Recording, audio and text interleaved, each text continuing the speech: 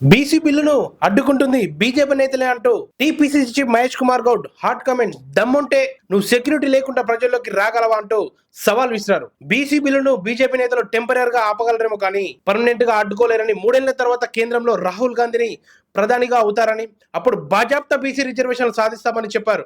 BC బిల్లును బీజేపీలో BC నేతలే వ్యతిరేకిస్తున్నారని, బండి సంజయ్ దొంగాట ఆడుతున్నారని, ఎంపీలు ధర్మపురి రవీందర్, ఈటెల రాజేందర్ ఎందుకు మాట్లాడడం లేదంటూ తాను బీసీనని చెప్పుకునే బండి సంజయ్ నడవడిక వ్యవహారం ఏది కూడా బీసీ బిడ్డలా లేదు. అందుకే ఆయన దేశ్ముఖ్ అని అన్నాను. సంజయ్, నీకు బీసీ పౌరుషం ఉంటే కేంద్రాన్ని ఒప్పించి బద్మిలాలో బీసీ బిల్లు ఆమోదం కోసం ప్రయత్నించు.